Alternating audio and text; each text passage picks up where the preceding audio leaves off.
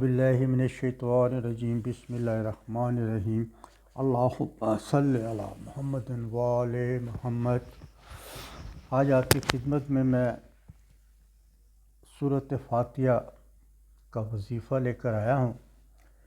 سورۃ فاتحہ کے تو آپ نے بہت سے وظیفے دیکھے ہوں گے، میں نے بھی اپنی ویڈیو میں بہت وظیفے بتائے ہیں، لیکن اللہ کا کلام اتنا وسیع ہے کہ جیسے حضرت علی نے فرمایا تھا کہ اگر میں اس کی تفسیر لکھوں، بسم اللہ کی یہ سورۃ فاتحہ کی تفسیر لکھوں تو 70 اونٹوں کے اوپر اس کا وزن ہے۔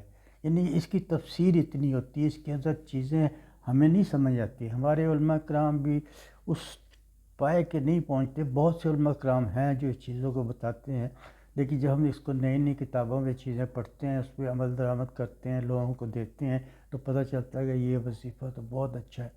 سننے والا اللہ ہے، کرنے والا اللہ ہے، آخری تو اللہ ہی نے سننا ہے، ہم نے تو فریاد کرنی ہے۔ یہ وظیفہ یہ نہ سمجھے کہ میں نے وظیفہ پڑھا اور میرا کام ہو گیا، نہیں، یہ ہم نے اللہ سے فریاد کی ہے، یہ ہمیں رسول پاک نے بتائی ہے، اللہم صلی علی محمد وآل محمد، یہ ان کی آل نے بتائی ہے کہ جب بھی کوئی مشکل ہو ایسا کریں، جب کوئی پریشانی ہو ایسا کریں۔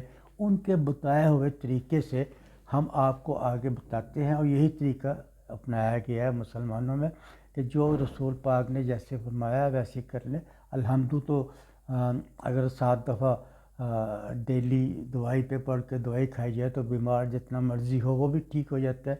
اس کی یعنی ہر مرض کے لیے یہ ہوتا ہے اللہ کا کلام، ایک مرض نہیں ہے۔ رسول پاک صلی اللہ علیہ وسلم اللہم صلی علی محمد وآل محمد نے فرمایا ہے، اگر آپ قرآن کی ایک صورت کو پکڑ لیں، قل هو اللہ کو پکڑ لیں، انا اطمئنا کو پکڑ لیں، اسی کا آپ ورد کرتے رہا کریں، اسی کا ورد کرتے رہا کریں، وہ آپ کی روزی میں بھی کام آئے گی، آپ کی بیماری میں بھی کام آئے گی، آپ کی ٹینشنیں بھی اس سے دور ہوگی، آپ کو نوکری بھی اس سے دور ہوگی، آپ کی انکم بھی اس سے دور ہوگی۔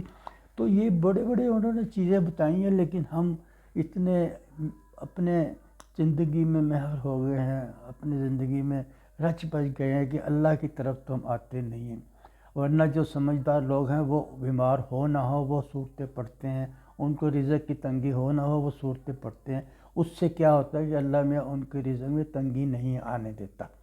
تو اسی طرح یہ آج کا وظیفہ ہے، یہ بھی فتوحات کے لیے پڑھ سکتے ہیں، کشادگی رزق کے لیے پڑھ سکتے ہیں، رزق آپ کا بہت زیادہ ہو جائے، آپ کی مشکلیں دور ہو جائے، آپ کی پریشانی دور ہو جائے۔ اور یہ عمل وہ ہے جو علماء کرام لکھتے ہیں جو کبھی خطا نہیں کرتا، یعنی یہ نہیں ہوتا کہ اس عمل سے آپ کی مشکل دور نہ ہو، پریشانی دور نہ ہو، اگر آپ حرام نہیں کھاتے ہوں، آپ کے زبان پاک ہے، آپ گالیاں نہیں دیتے ہیں، سب چیزیں دیکھا جاتا ہے۔ یہ تو نہیں کہ ہم نے بس وظیفہ پڑھا ہمارا کام ہو گیا۔ اللہ میاں پاکیزگی چاہتا ہے، اللہ میاں آپ سے انصاف چاہتا ہے، اللہ میاں چاہتا ہے حلال چیز کھائیں، آپ کے جسم کی حلال چیز ہوئے۔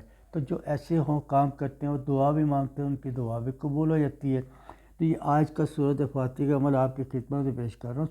سورۃ فاتحہ کو سورۃ ام القرآن بھی کہتے ہیں، اس کے کئی نام ہیں، بہت نام ہیں اس کو، جس کی وجہ سے کہا جاتا ہے سورۃ فاتحہ کے لاکھوں کروڑوں عمل ہیں جو آپ نے مختلف کتابوں میں پڑھے ہیں، دیکھے ہیں، اور ویڈیو وغیرہ بھی دیکھی ہوگی۔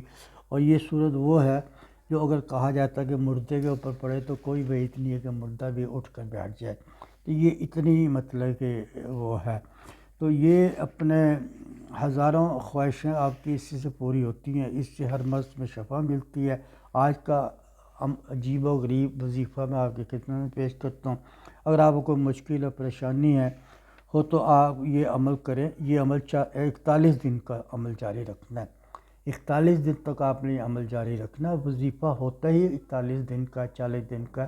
ہم لوگ تو آپ کو گھبراہٹ کی وجہ سے 20 دن کہہ دیتے ہیں، 10 دن کہہ دیتے ہیں، اور 10 دن میں اگر کام ہو جائے تو اس کو چھوڑ دے، اگر نہیں کام ہو جائے تو اس کو آگے جاری بھی رکھا جا سکتا ہے، لیکن کم بتایا جاتا ہے کہ اس کو کم پڑھ لے، اس لیے کہ اس سے پہلے آپ کا کام ہو جاتا ہے۔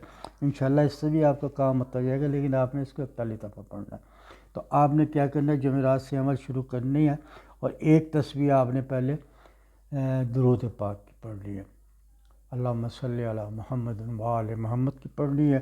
پھر سورۃ فاتحہ آپ نے شروع کرنی ہے، سورۃ فاتحہ شروع کرنی ہے۔ جب الرحمن الرحیم بسم اللہ الرحمن الرحیم، تو یہ آپ الحمدللہ رب العالمین الرحمن الرحیم